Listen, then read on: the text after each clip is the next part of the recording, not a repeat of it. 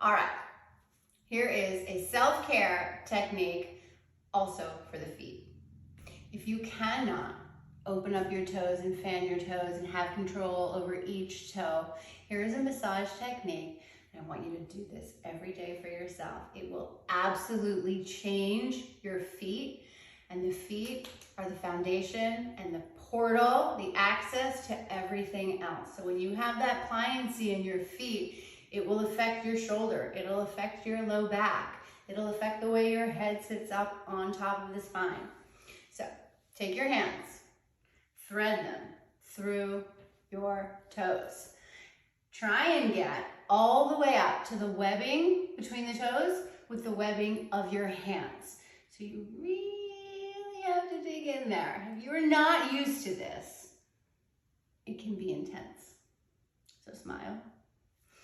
And then think that your foot is a sponge and you want to squeeze the water out of the sponge. So with your hand, squeeze your foot and release. And squeeze your foot and release.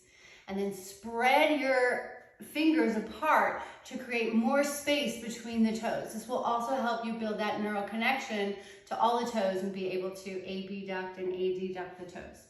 Squeeze the foot. And then spread your fingers apart.